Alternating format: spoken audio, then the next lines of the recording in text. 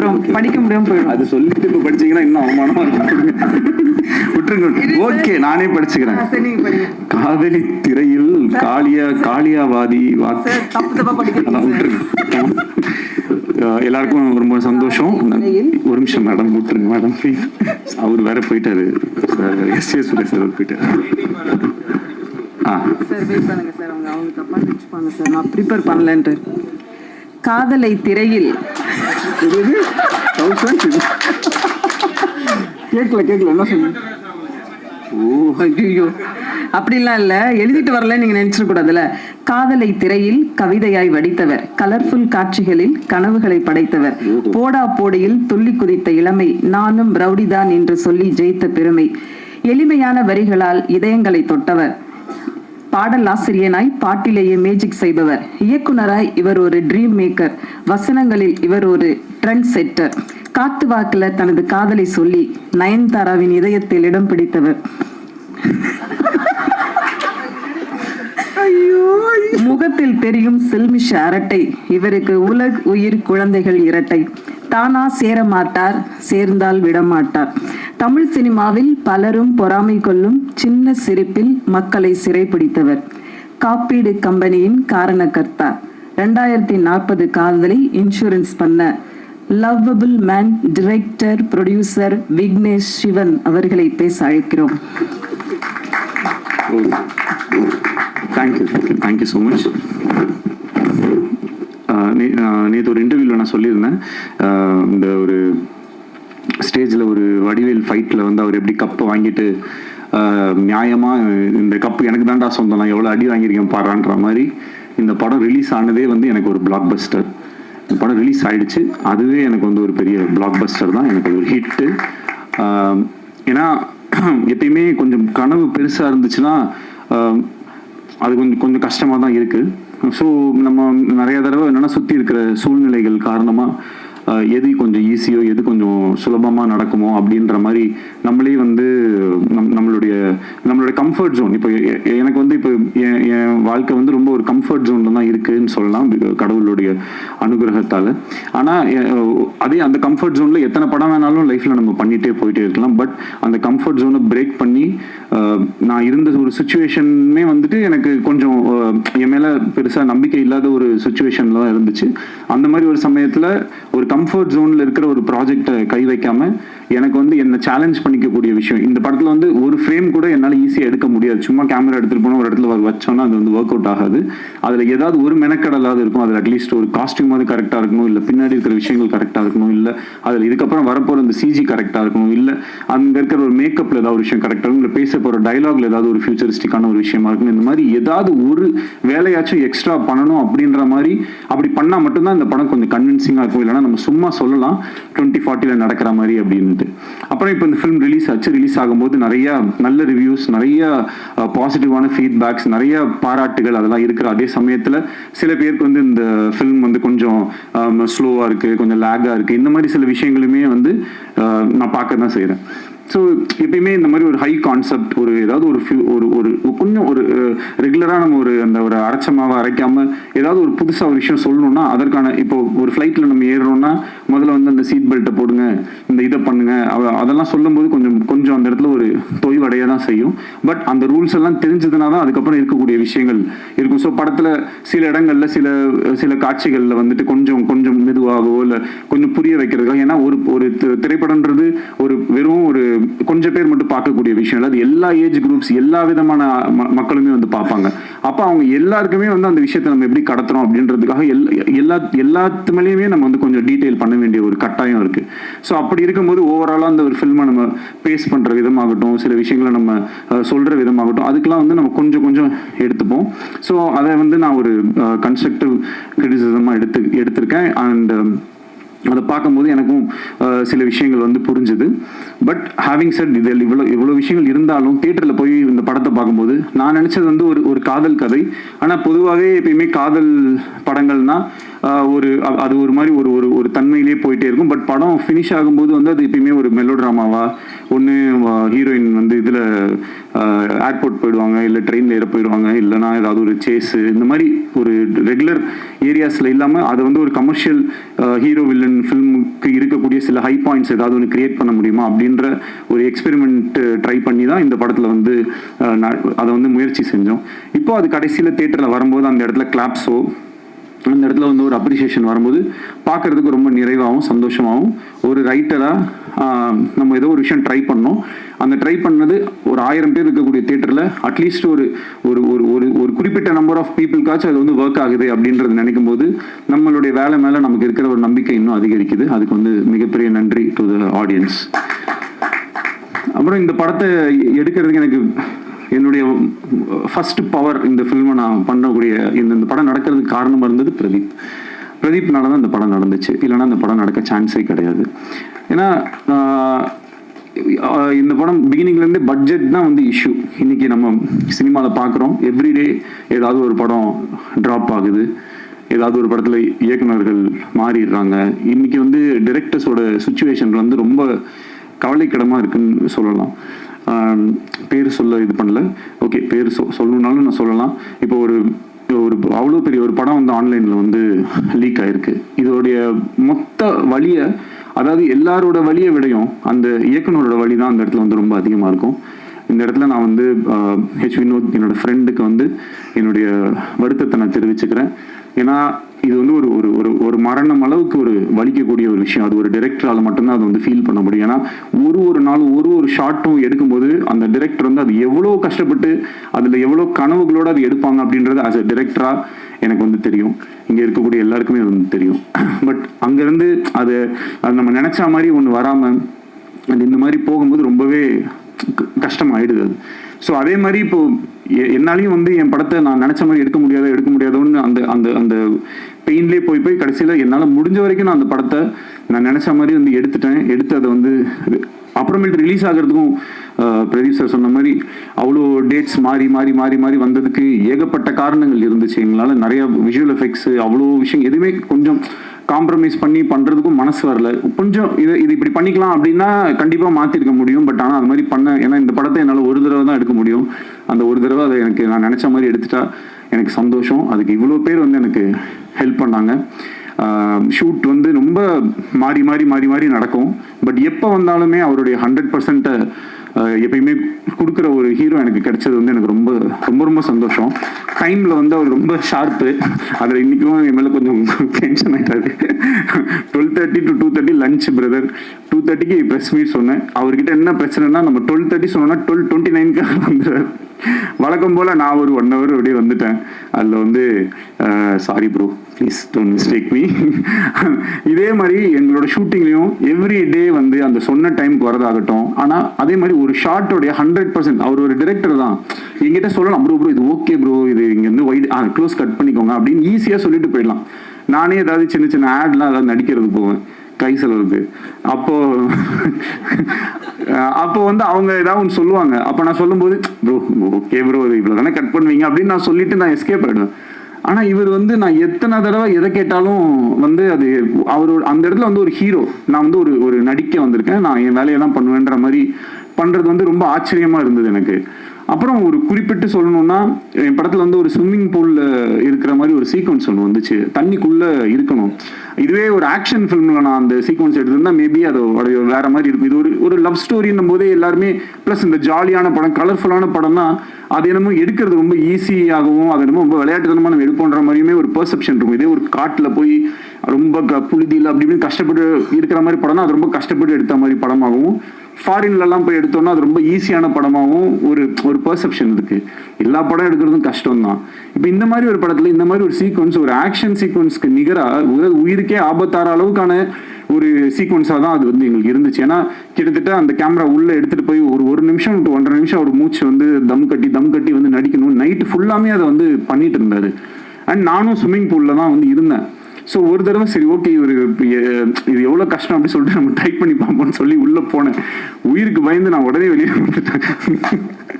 ஆனால் அவ்வளோ தடவை பண்ணி காலையில் 5:30-6 மணி வரைக்குமே வந்து அந்த சீக்வன்ஸை அவர் பண்ணி முடிச்சுட்டு கூட ஏன் ப்ரோ என்னை போட்டு இப்படி டார்ச்சர் பண்ணுறீங்கன்னு சொல்லுவாருன்னு பார்த்தா அப்புறம் ஓகேவா கரெக்டாக வந்துருச்சா எடுத்துக்கலாமா இன்னும் ஏதாவது எடுத்துக்கலாமா அப்படின்னும் போது ஒரு டிரெக்டர்ஸ் ஆக்டராகவும் ஒரு டிரெக்டராகவும் அந்த இடத்துல வந்து அவர் என்ன ரொம்ப இந்த மாதிரி நிறையா நான் ரொம்ப என்னை லைஃப் டைமில் வந்து என்னால் மறக்க முடியாத நிறைய மொமெண்ட்ஸை வந்து எனக்கு பிரதீப் கொடுத்துருக்காரு. அதுக்கு வந்து ஹார்ட்ஃபெல்ட் தேங்க்ஸ். இன்னைக்கு இந்த படத்துக்கு வந்து மிகப்பெரிய ஓப்பனிங். ஏன்னா மேபி இந்த படம் வந்து டிரெக்டட் பை வேற ஏதாவது ஒரு பேர் போட்டிருந்தா இன்னும் பயங்கரமாக கூட ஓப்பனாக இருக்கலாம், சொல்ல முடியாது. பிரதீப் ரங்கநாதன் அப்படின்ற ஒரு பேருக்காக ஆடியன்ஸ் அந்த ஓப்பனிங்கை வந்து என்னதான் டிலேஸ் அப்படி இப்படின்னு இருந்தாலும் அந்த அளவுக்கு வந்து இந்த படத்தை ஆதரவு கொடுத்துருக்காங்க. அதோடைய ஓப்பனிங்க்கு அவ்வளோ அந்த ஃபேன்ஸோ அவங்களுடைய விஷயங்கள் எல்லாமே வந்து ரொம்ப ரொம்ப பாசிட்டிவாக எங்களுக்கு வந்து அமைஞ்சிருச்சு. இப்போது இந்த வீக்கை என்ன பொறுத்த வரைக்கும் இந்த படம் வந்து ஒரு லாங் ரன் போகும், அதற்கான எல்லா தகுதியும் பொட்டென்ஷியல் இந்த ஃபிலிமில் இருக்குது அப்படின்றத நான் நம்புகிறேன். இன்னும் இந்த வீக்கெண்டுமே வந்து பயங்கரமாக வந்து இந்த படம் எல்லாமே 10 வருஷம் முன்னாடி எடுத்த படத்தெல்லாம் எடுத்து ரீரிலீஸ் பண்ணிட்டு இருப்பாங்க. நான் இப்போ ஓடிட்டு இருக்கிற படத்தையே திருப்பி 17ஆம் தேதி ஃபர்ஸ்ட் டே மாதிரி ஒரு ஓப்பனிங் வாங்கணும் அப்படின்ற மாதிரி எனக்கு ஒரு ஆசை. இன்னும் கொஞ்சம் பயங்கரமாக இது ஒர்க் அவுட் ஆகணும். ஏன்னா நிறையா கொஞ்சம் மிக்ஸ்டு ரிவ்யூஸ் இந்த மாதிரிலாம் இருக்குது. அது படத்தை போய் பார்க்கும்போது மேபி இன்னும் பெட்டராக இருக்கலாம். இந்த ஒரு ஆல்ரெடி சில மைண்ட் செட்டோட பார்க்கும்போது எவ்வளோ அழகான இப்போ என்னது இது ஸ்வீட்டாக கேவலமாக இருக்குது அப்படின்னு சொல்லி குலாப் ஜாமுனை கொடுத்தா மேபி சாப்பிடும்போது அப்படி தோன்றதுக்கும் வாய்ப்பு இருக்குது. அந்த மாதிரி சும்மாவே ஏதாவது ஒரு விஷயத்த சொல்லி சொல்லி சொல்லி சொல்லி அது பண்ணும்போது அது கரெக்டாக போக மாட்டேங்குது. எந்த விதமான மைண்டில் எதுவும் இல்லாமல் இந்த படத்தை நீங்கள் போய் நேராக தேட்டரில் உட்காந்து பார்த்தீங்கன்னா கண்டிப்பாக வந்து ரசிப்பீங்க அப்படின்றதுக்கு வந்து நம்பலாம். என்னுடைய வேர்டை நீங்கள் வந்து நம்பலாம். அண்ட் ப்ரோ இந்த ஃபில்மும் வந்து கூடிய சீக்கிரம் உங்களுடைய 100 crore கிளப்ல வரும். கான்ஃபிடென்ட்டாக இருங்க, வெற்றி நிச்சயம். நெக்ஸ்ட் வந்து கிருத்தி, சின்ன பொண்ணு. கிருத்தி அவங்க அம்மாவுமே கொஞ்சம் சின்ன பொண்ணு தான். 2 பேரும் வந்து பார்த்தீங்கன்னா செட்டில் அவங்கள வந்து அவங்கள எப்படின்னா ஒரு குழந்தைய ஹேண்டில் பண்ணுற மாதிரி தான் நாங்கள் நிறைய தடவை ட்ரை பண்ணியிருப்போம். அதே நேரத்தில் நிறைய தடவை மிஸ்ஸும் ஆயிரும். அப்போ வந்து கொஞ்சம் அப்பப்போ ஒரு சின்ன முன்ன பின்ன இப்படி இருந்தாலும் அந்த ஒர்க்கை பண்ணும்போது the kind of dedication and அதே ஸ்விம்மிங் பூல் சீக்வன்ஸ் பண்ணும்போது எங்கேயோ ஒரு இடத்துல ஷூட்டிங் பண்ணிட்டு இவங்க டேல அங்கே ஷூட் முடிச்சு நைட்டில் இங்கே வந்து ஷூட் பண்ணிட்டு ஒரு நாள் கூட வந்து அந்த ஒரு இப்படி ஏதாவது ஒரு காரணம் சொல்கிற மாதிரி அந்த மாதிரிலாம் எதுவுமே இல்லாமல் எப்பயுமே she was very sweet and I really loved working with you. And அவங்கள ஃப்ரேமில் அப்படி நம்ம வச்சோனாலே வந்து அந்த அளவுக்கு ஒரு அழகு. சாதாரண ஒரு ரோட்ல தான் ஷூட் பண்ணிட்டு இருந்தோம் மலேசியாவில். அது ரவிவர்மன் சாரோட மேஜிக் வந்து எப்பயுமே எப்படி இருக்கும்னா நிறைய லைட்ஸ் நிறைய இது அப்படிலாம் போட்டு பயங்கரமாக காம்ப்ளிகேட்லாம் பண்ண மாட்டார். அது அவருக்கு வந்து அவர் ஒரு கிஃப்டட் டேலண்ட். ஸோ அதை ரொம்ப ஈஸியாக ரொம்ப அழகாக வந்து ரொம்ப இப்படின்றதுக்குள்ள அவரால் வந்து ஒரு எக்ஸ்ட்ராடினரி ஷாட்டை வந்து கம்போஸ் பண்ண முடியும். ஸோ அவருடைய அந்த ஒர்க்கில் கிருத்தியை வந்து காமிச்ச விதமாகட்டும், இந்த படத்தில் வந்து நடித்த மற்ற நடிகர்கள் எல்லாமே நம்மளுடைய கௌரியெல்லாம் வந்து 96 படத்தில் பார்த்துட்டு இந்த படத்துக்கு நான் என் காஸ்டியூம்ஸ் நான் கொஞ்சம் இதெல்லாம் பண்ணும்போது எனக்கே கொஞ்சம் கஷ்டமாக தான் இருந்துச்சு. பட் இருந்தாலும் கௌரி தப்பாக எடுத்துக்காதீங்க, போடுங்க பரவாயில்ல, 2040 இப்படி தான் ஆகும் அப்படின்னு சொல்லி அவங்கள கன்வின்ஸ் பண்ணி அந்த காஸ்டியூம்ஸ் இந்த மாதிரி விஷயங்கள்லாம் பண்ணோம். ஏன்னா அந்த கேரக்டருக்கு ஏன்னா இன்னும் 10 வருஷம் கழிச்சு எல்லாம் இஷ்டத்துக்கு தான் ஏதாவது ஒன்று போடுவாங்க. ஸோ நீங்களும் ஏதாவது இஷ்டத்துக்கு போட்டுவாங்க அப்படின்னு சொல்லி தான் அந்த காஸ்டியூம்ஸ் எல்லாமே நம்ம வந்து கொடுத்து நம்ம வந்து எல்லாம் இது பண்ணோம். ஸோ ஓவராலாக இந்த ஃபில்மை நிறைய பேர் வந்து ரொம்ப கஷ்டப்பட்டு எடுத்திருக்கோம். இந்த ஃபில்ம் நடக்கிறதுக்கு ரொம்ப மெயின் ரீசனாக இருந்த லலித் சார். அவர் மட்டும் இந்த படத்தை அன்னைக்கு டேட்டில் வந்து ஸ்டார்ட் பண்ணல அப்படின்னு சொன்னால் இன்னைக்கு வரைக்கும் நான் அது ஒரு லவ் இன்சூரன்ஸ் கம்பெனி ஒரு கதை வச்சுருக்கேன் போது அது பண்ணலான் இருக்கேன்னு சொல்லிட்டு இந்த 2 இயர்ஸையும் அப்படியே நான் தள்ளிட்டு போயிருக்கேன். எனக்கு வேறு ஆப்ஷனே இருந்திருக்காது. அவர் மனசு வைக்கலைன்னா இந்த படம் நடந்திருக்காது. இன்னைக்கு இந்த படத்தை நல்லபடியாக ரிலீஸ் பண்ணி கொடுத்ததுக்கும் இந்த படத்தை ப்ரொடியூஸ் பண்ணி கொடுத்ததுக்கும் எங்கள் எல்லாருக்கும் பக்கபலமாக இருந்து சப்போர்ட் பண்ணுறதுக்கும் ரொம்ப ரொம்ப தேங்க்யூ லலித் சார். அண்ட் நடித்த மக்கள் வேறு யார், அப்புறம் மெயினாக my other technicians Pradeep Raghav மாதிரி ஒரு எடிட்டர் எனக்கு கிடைச்சது வந்து மிகப்பெரிய ஒரு லக்கு. அண்ட் ஒரு நிறைய காம்ப்ளிகேஷன்ஸ் இருந்துச்சு இந்த ஃபிலிமில். எனக்கு சில டவுட்ஸ் இருந்தது. என்னோட கான்ஃபிடன்ஸ் லெவலும் ரொம்ப கம்மியாக இருந்தது. அப்போது நான் வந்து எனக்கு ஏதாவது டவுட் இருந்துச்சுனாலோ இது ஒர்க் ஆகுதா ஒர்க் ஆகலையா, இந்த ஆர்டர் ஒர்க் ஆகுதா இல்லையா அப்படின்றத வந்து இன்னைக்கு பல்ஸில் இருக்கக்கூடிய பிரதீப் ராகவ் கிட்டேயுமே நான் வந்து நிறைய தடவை வந்து கேட்பேன். ஸோ அப்போ அவங்க வந்து வருவாங்க, எடிட்டில் வருவாங்க, உட்காருவாங்க, பார்ப்போம், அனலைஸ் பண்ணுவோம், ஒரு வேர்ஷன் கட் பண்ணி பார்ப்போம், இப்படி கட் பண்ணி பார்ப்போம். இந்த மாதிரி விஷயங்கள்லாம் ரொம்ப பண்ணுறதுக்கு அண்ட் அவர் வந்து இந்த ஒரு படத்துக்கே வந்து ஒரு 10 படத்தோட வேலையை செஞ்சிருப்பாரு. அதுக்கு ரொம்ப ரொம்ப நன்றி பிரதீப் ராகவ். முத்துராஜ் சார், உங்களுடைய production design and then costumes, அப்புறம் சிஜி ஒர்க் பண்ண மேங்கோ போஸ்ட் வந்து இந்த படத்தோடைய இது வந்து இந்த ஒரு படத்தில் வந்து இந்த செந்தில் கிட்ட வந்து 30 ரூபா கவுண்ட் பண்ணி கொடுத்துட்டு, டேய் இந்த 30 ரூபா நீ வச்சுக்கோ அப்படின்னாரு. டெய்லி ₹1 நான் எடுத்துப்பேன் அப்படின்னாரு. ஓகே அப்படின்னு சொன்னோம். அந்த மாதிரி இந்த மேங்கோ போஸ்ட்ல முதல்ல ஒரே ஒரு ரோபோ மட்டும் பண்ணணும் பிரதர் அப்படின்னு சொல்லிட்டு உள்ள போனோம். அப்புறம் அங்கேருந்து அப்படியே அந்த கையில் ஒன்று வரும், அதுவும் பண்ணி அப்படியே இது பண்ணுங்கன்னு சொன்னோடனே அப்படியே என்னெல்லாம் கேட்டோமோ எல்லாத்தையுமே நான் வந்து பேசின பட்ஜெட்டில் எனக்கு வந்து ரொம்ப ஒரு பாயிண்ட்டுக்கு மேலே அவங்களுமே இந்த ஃபிலிமுக்குள்ள ஒரு லவ்ல வந்துட்டாங்க. So I am always grateful to you Ram. Thank you so much for helping me to achieve this film. And வேற என்ன சொல்லணும் ஞாபகம் இல்லையே. எஸ்ஜே சார் போயிட்டாரு. ஒரு okay. So SJ Surya sir வந்து எந்த அளவுக்கு வந்து ஒரு சப்போர்ட்னா 2018 இந்த ஃபில்மை நான் பண்ண ட்ரை பண்ணிட்டு இருந்த போதுலேருந்து அவர் தான்றதுல நான் ரொம்ப ஃபிக்ஸ் ஆகிட்டேன். அவர் வந்து கொஞ்சம் he is always an very expensive artist தான். பட் ஆனாலும் எனக்கு வந்து அவரை தவிர இந்த ரோலில் வேறு யாரையுமே என்னால் இமேஜின் பண்ண முடியலை. ஸோ எனக்கு அவர் தான் வேணும் அப்படின்றதுல வந்து நான் டிசைட் பண்ணிட்டேன். அதுக்கப்புறம் அவர் ரொம்ப அழகாக, அவருக்கு பயங்கர பிஸி, ஆனாலும் அதுக்கு நடுவில் அவர் சொன்ன மாதிரி நிறைய டேட்ஸ் எனக்கு கொடுத்து என்னை அகாமடேட் பண்ணி இந்த படத்தை வந்து அவர் வந்து எனக்கு ஹெல்ப் பண்ணி கொடுத்தாரு.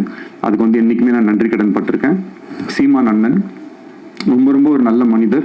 அவரோட ஒர்க் பண்ண ஒரு நாளுமே வந்து ரொம்ப ஹாப்பி.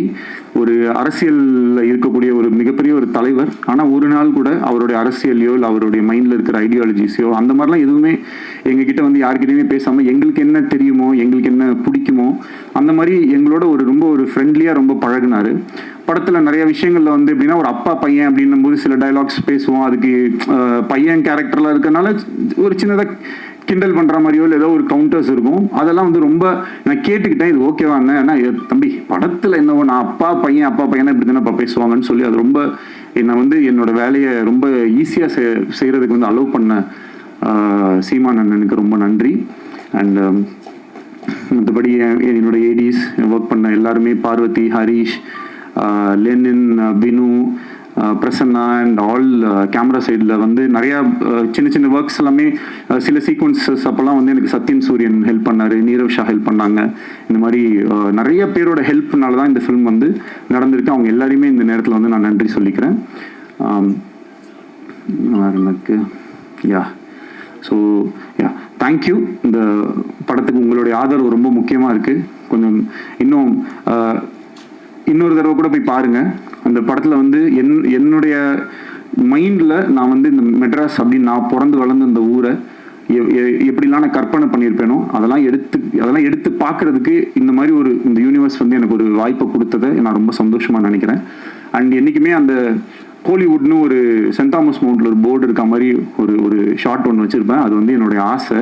எப்பயுமே நம்ம இண்டஸ்ட்ரி வந்து அந்த மாதிரி ஒரு இதில் இருக்கணும் அப்படின்றது என்னுடைய ஒரு பர்சனல் இது. அது எல்லாத்தையும் ஒரு டிரெக்டருக்கு இருக்கக்கூடிய ஒரு பெரிய கிஃப்ட். அதுதான் அவங்க நினைக்கிறத அவங்க வந்து எடுத்து அட்லீஸ்ட் ஒரு ஸ்க்ரீன்லேயாவது பார்த்துடலான்றது. ஸோ இது எல்லாத்தையுமே நான் அந்த ஸ்க்ரீனில் பார்க்கும்போது ஆடியன்ஸும் கிளாப் பண்ணும்போது மொத்தமாக சேர்த்து எவ்வளோதான் நம்ம கஷ்டப்பட்டிருந்தாலும் இன்னைக்கு இந்த படம் ரிலீஸ் ஆனதை மக்களோட பார்க்கும்போது எனக்கு கிடைக்கிற சந்தோஷத்துக்கு ஈடு இணை வேறு எதுவுமே இல்லை. அதுக்கு மிகப்பெரிய நன்றியை சொல்லி உங்கள் எல்லாருக்கும் தேங்க்யூன்னு சொல்லி விடைபெறுகிறேன். நன்றி, வணக்கம். Thank you so much. PRO Yuvaraj team எங்க யுவராஜ் பிரதர் ரொம்ப தேங்க்ஸ். எது இல்லை நம்ம அண்ணன் தானே. So thank you so much. இன்னைக்கு வந்து நீங்கள் இல்லைன்னா இவங்க யாருமே வந்துருக்க மாட்டாங்க. ஸோ அப்புறம் இந்த இன்ஃப்ளூயன்சர்ஸ் இந்த மாதிரி நிறைய பேர் வந்து கொஞ்சம் முன்ன பின்ன அப்படிலாம் போட்டுட்ருக்காங்க. அதுக்கெலாம் வந்து நமக்கு இதுக்கு மேலே வந்து செலவு பண்ணி இருந்த காசு எல்லாத்தையும் படத்துலேயே செலவு பண்ணிட்டேன். ஸோ தயவு செஞ்சு நீங்கள்லாம் சேர்ந்து ஏதாவது ஒன்று ஹெல்ப் பண்ணி அவங்க வந்து என்னென்னா இன்றைக்கி வந்து ஒரு இந்த தம்ப்நெயில் கல்ச்சர் இருக்கு இல்லையா, இப்போ நானும் கொஞ்சம் தான் தம்ப்நெயில் வேணா கொடுத்துட்றேன், கதறி அறிந்த விக்னேஷ் அந்த மாதிரி தான் போட்டுக்கோங்க. மேடையை உடைத்தவன் மாதிரி தான் போடுறதுக்கு எதையாவது ஒன்று போட்டு கொஞ்சம் ஹெல்ப் பண்ணுங்க. ஏன்னா